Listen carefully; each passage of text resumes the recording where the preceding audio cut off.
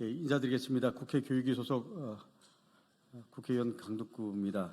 저는 오늘 교육부의 학교급식 종사자 패시티 검진 최종 결과 및 대책 발표에 대해서 전국 교육공무직본부와 함께 규탄하고자 이 자리에 섰습니다. 오늘 기자회견을 함께 해주실 전국 교육공무직본부의 임원을 소개해드리겠습니다. 우리 김미경 수석 부본부장님 함께하셨습니다. 예, 그리고 송경숙 전국 급식조리 분과장님 오셨습니다. 감사드립니다. 학교 급식이 폐암과 다양한 산업재해로 인해서 근간이 흔들리고 있습니다. 심각합니다. 학교 급식실의 현장은 폐암 빈발과 그리고 열악한 노동 조건 속에서 퇴사자가 속출하고 있지만 신규 채용은 안 되는 채로 힘들게 버티고 있습니다. 현재 우리의 급식실은 좀 전에 말씀드린 대로 그야말로 존폐까지 걱정해야 하는 지경에 이르렀습니다. 오늘 교육부는 학교 급식 종사자 패시티 검진 최종 집계 결과를 발표했습니다. 2021년 학교 급식 종사자의 폐암 산업재해 인정 사례가 첫 발생한 이래 대책 발표가 일체 없었던 교육부가 오늘 처음으로 대책을 내놨습니다. 어떤 면에서 이번 발표 자체는 그나마 약간 진일보한 것으로도 볼 수 있습니다. 그러나 횟수로 2년이 경과해서야 첫 대책 발표가 이루어졌다는 점에서 그야말로 사후 약방문입니다. 또한 오늘 내놓은 대책을 보니까 그야말로 속빈 강정에 불과합니다. 이번 교육부의 발표 내용은 우려를 감추기 어려운 수준입니다. 먼저 학교급식 종사자의 폐암 발생률이 유사 연령군 일반인 대비 1.1배라는 교육부 측의 주장입니다.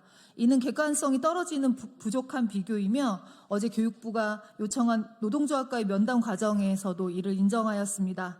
불필요하게 사안의 심각성을 희석할 수 있는 해당 유병률 비교 데이터를 배포 자료에 포함한 것은 그 의도를 의심케 하기 충분합니다. 이번 발표한 대책과 관련한 내용은 더더욱 큰 문제입니다. 먼저 중단기 대책이 없습니다. 환기 설비 개선은 분명 중요한 해법에 해당하지만 단연간 적지 않은 규모 예산이 소요되므로 이에 걸맞는 중단기 대책은 꼭 필요하다는 것이 전문가들의 지적입니다. 식단 개선이나 오분 확충 등은 그나마 유의미한 부분이지만 이미 권고 수준의 지침은 시도 교육청별로 이미 대개 시행 중인 곳이 많습니다. 다만 이를 현장에 실제 적용하기 위한 구체적인 방안이 제시되지 않는다면 이 대책 또한 현장에 적용되지 못하는 탁상 행정에 불과할 것입니다. 이에 교육공무직본부는 해당 지침을 권고가 아닌 의무사항으로 하고 학교급식 기본 방향에 명시해야 한다고 교육부의 의견을 전달했습니다. 또 조리움 노출 작업의 경우 조리 종사자 1인당 노출 시간 제한을 명시하라는 의견도 일관되게 전달하고 있습니다. 마스크 착용 등 대책에 이르러서는 황당하기 그지없습니다. 발암물질인 조리흉은 초밀입자입니다. 전문가들의 의견은 마스크를 통한 초밀입자 차폐가 사실상 불가능하다고 합니다. 더군다나 장기간 고온다습한 환경에서 고강도 노동을 하는 급식 종사자들에게 과연 마스크가 대안인지 객관적인 판단과 신뢰 확보가 요구됩니다. 1인당 식수인원 계산에 대한 관한 내용은 마찬가지로 속빈 강정입니다. 현재 공공기관 급식시설 종사자들과 비교해서도 평균 2~3배 높은 상황입니다. 이는 급식 종사자들의 근골격계 질환 등 여러 유형의 산재를 유발하는 근본적인 원인이기도 합니다. 또한 튀김이나 구이 등 조리 과정에서 발생하는 조리움에 1인당 노출되는 시간과 빈도를 높이는 주범이기도 합니다. 마지막으로 예산 지원에 관한 내용도 개선이 필요합니다. 현재 교육청법 예산 편성 규모와 수준 편차가 너무나 큽니다. 그나마 교육부가 올해 3개년 계획을 수립한 점은 진전이 보이는 대목이긴 합니다. 하지만 교육청의 환기설비 개선 예산 중 상당수는 조리시설 전반을 교체해야 하는 급식실 현대화 사업에 이미 기존 사업과 제대로 분리되지 않은 채 편성되어 있습니다.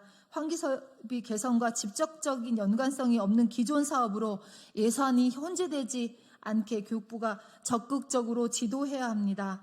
아울러 환기설비 개선에 관한 공통기준을 마련함에 있어 기존 고용노동부 가이드라인에서 산재 예방을 위한 실효성이 후퇴되는 일이 없도록 당사자인 노동조합 등과의 정기적인 협의도 반드시 이루어져야 할 것입니다. 감사합니다. 저 또한 학교에서 일하는 급식 노동자입니다.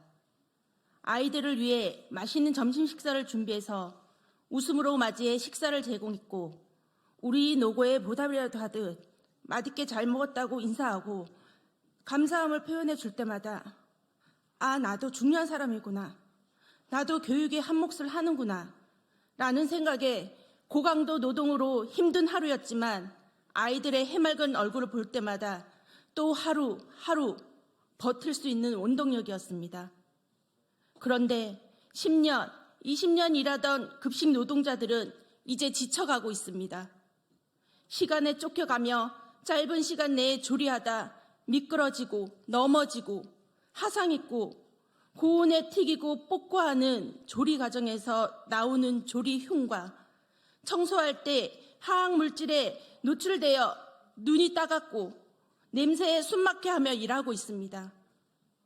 이곳이 현재 학교 급식실 노동자들의 일터이고 열악한 노동 환경입니다. 이런 노동 환경에서 여러분은 일할 수 있으시겠습니까?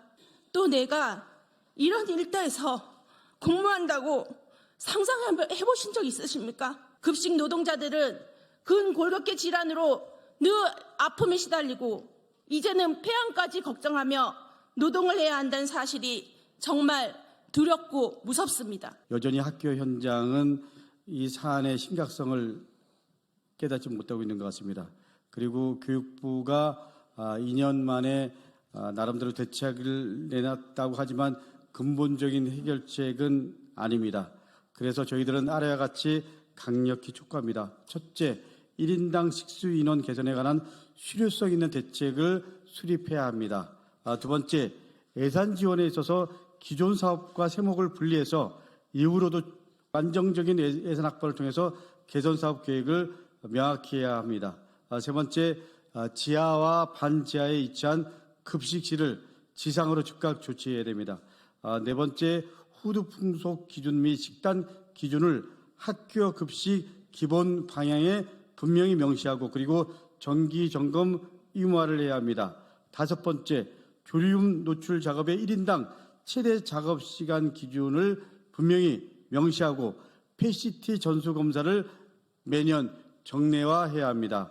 여섯 번째, 산업안전보건법 시행규칙상 특수건강진단 대상 유해인자의 조리움을 포함해야 됩니다. 그리고 학교 보건과 관련해서 학교안전보건법 시행규칙상 공기질 의무검사 대상에 조리실을 포함해야 합니다. 교육부는 이 대책을 즉각 검토하고 그리고 교육부와 시도교육감 협의회는 실효성 있는 대책 마련에 나설 것을 강력히 촉구합니다. 저는 교육공무직 본부와 그리고 교육 현장에 계신 우리 급식실 종사 노동자들과 함께 이 문제를 해결할 때까지 끝까지 국회에서 할 수 있는 한 최선의 노력을 다할 것을 분명히 다짐합니다.